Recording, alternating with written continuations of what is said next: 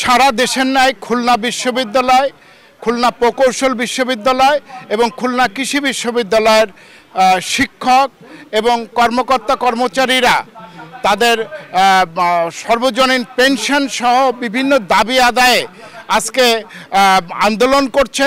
গত 9 দিন ধরে এই আন্দোলন চলছে। এই আন্দোলনের ফলে শিক্ষা প্রতিষ্ঠানগুলোতে ক্লাস এবং পরীক্ষা সহ সকল প্রকার কার্যক্রম, দাপ্তরিক কার্যক্রম বন্ধ রয়েছে এবং যার ফলে মূলত শিক্ষা ব্যবস্থাটা অচল হয়ে গেছে। পাশাপাশি ছাত্ররাও কোটাভিত্তিক আন্দোলন নেমেছে। তারা এই কোটা পদ্ধতির বিরুদ্ধে এই আন্দোলন করায় তারাও এখন মাঠে রয়েছে। টোটাল শিক্ষা অঙ্গন বিশ্ববিদ্যালয় পর্যায়ে এখন চরমভাবে উত্তেজিত। ছাত্র শিক্ষক সকলে তারা তাদের ন্যায্য দাবি আদায়ের কোনো ছাড় দিতে রাজি না। তাদের কথা সরকার তাদের এই ন্যায্য দাবিগুলো প্রয়োজনে কমিশনের মাধ্যমে এটা মেনে নিক। আমি এই মুহূর্তে কথা বলবো খুলনা বিশ্ববিদ্যালয়ের শিক্ষক সমিতির নেতা। আমি জানতে চাইবো যে আসলে ওনাদের মূল দাবিগুলো কি কি। আমাদের মূল দাবি হলো 3টা। একটা হলো সর্বজনীন পেনশন স্কিম, যেটা প্রত্যয় নামে ঘোষণা করা হয়েছে, সেই জায়গা থেকে শিক্ষকদের অব্যাহতি প্রদান প্রজ্ঞাপনের মাধ্যমে করতে হবে। 2 নম্বর দাবি হলো প্রতিশ্রুত যে সুপার গ্রেড ছিল সেই সুপার গ্রেডটা আবার শিক্ষকদের জন্য চালু করতে হবে এবং শিক্ষকদের জন্য স্বতন্ত্র উচ্চতর পে স্কেল, স্বতন্ত্র বেতন স্কেল ঘোষণা করতে হবে। এই 3টা দাবি আমাদের মূলত। এই দাবির ব্যাপারে আন্দোলন কতদিন আপনারা অব্যাহত রাখবেন, না কিভাবে আন্দোলনটাকে পরিচালনা করবেন? দেখেন, এই আন্দোলন শুরু হয়েছে আসলে 13ই মার্চ থেকে, যখন প্রজ্ঞাপন শুরু হয় তখন থেকেই। আমরা প্রথম দিকে সফট আন্দোলনে ছিলাম, আমরা স্বাক্ষর সংগ্রহ করেছি, তারপরে সাংবাদিক সম্মেলন করেছি ঢাকায় ফেডারেশনের নেতৃত্বে, তারপরে শিক্ষা মন্ত্রণালয়ে সেটা আমরা দিয়েছি। তারপরে আমাদের ধারাবাহিক আন্দোলনের এক পর্যায়ে আমরা বলেছিলাম যে 30শে জুনের মধ্যে আমাদের আন্দোলনের দাবিগুলো যদি মেনে নেওয়া না হয়, তখন আমরা 1 জুলাই থেকে সর্বাত্মক কর্মসূচিতে যাব। তো যেহেতু এই ধরনের আন্দোলনে আমরা কোনো ধরনের সারা নীতি নির্ধারণী মহল থেকে পাইনি, আমরা 1 তারিখ থেকে সর্বাত্মক কর্মসূচিতে গিয়েছি এবং আমরা তখন ওই সময় থেকে সমস্ত ধরনের অ্যাক্টিভিটি থেকে শিক্ষকরা বিরত রেখেছি নিজেদেরকে।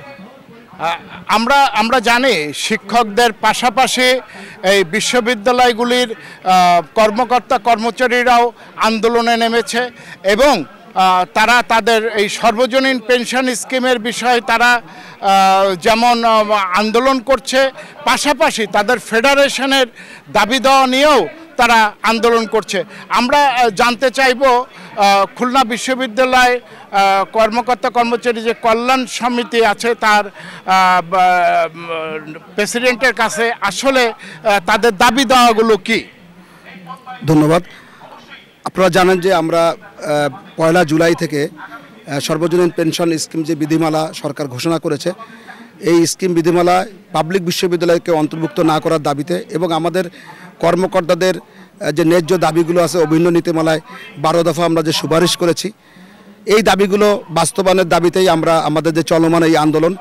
আমরা মনে করি যে বর্তমান সরকারের মাননীয় প্রধানমন্ত্রী বঙ্গবন্ধু কন্যা মাননীয় প্রধানমন্ত্রী জননেত্রী শেখ হাসিনা, উনি জনবান্ধব এবং আমার বিশ্বাস যে উনি এদেশের মানুষের উন্নয়নের কথা ভাবেন, মানুষের জীবন জীবিকার কথা ভাবেন, দেশের উন্নয়নের কথা ভাববেন।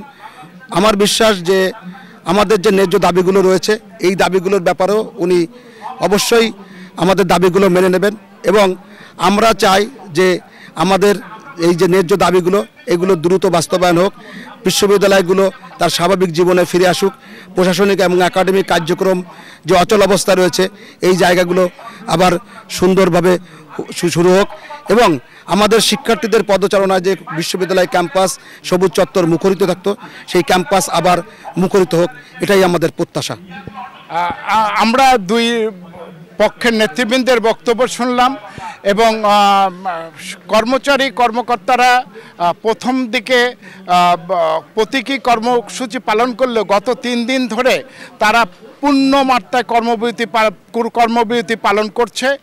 এবং খুলনা বিশ্ববিদ্যালয়ের একটা ঐতিহ্য আছে যে এটা সেশন জটমুক্ত একটি বিশ্ববিদ্যালয়। আমরা শিক্ষকদের সঙ্গে কথা বলেছি, শিক্ষকরা একটা কথাই বলেছেন যে আমরা এই যে কর্মবিরতির ফলে যে শিক্ষকদের পড়াশোনার ঘাটতি হচ্ছে, এই ঘাটতি পূরণের জন্যে তারা আগামীতে অতিরিক্ত ক্লাস করিয়ে তারা এই ঘাটতি পূরণ করবে। এই রাজনীতিমুক্ত এই খুলনা বিশ্ববিদ্যালয় এবং অন্যান্য বিশ্ববিদ্যালয়ের শিক্ষকরা সবাই একই সুরেই কথা বলছেন এবং তাদের একটাই কথা যে আমাদের ন্যায্য দাবি, এটা আত্মসম্মানের বিষয়, শিক্ষকদের আত্মসম্মানের বিষয়। এই আজকের যে সরকারি ঘোষণা, এটাকে অবশ্যই সরকার পুনর্বিবেচনা করবে বলে তারা আশা করে এবং দ্রুত এটা সমস্যার সমাধান হলে শিক্ষার্থীরাও তাদের শিক্ষা জীবনে আর শিক্ষক কর্মচারীরাও তাদের কর্মজীবনে আবার ফিরে আসতে পারবে। এই ছিল আমার কাছে সর্বশেষ খবর। S M Habib, ATN Bangla, Khulna বিশ্ববিদ্যালয়, খুলনা।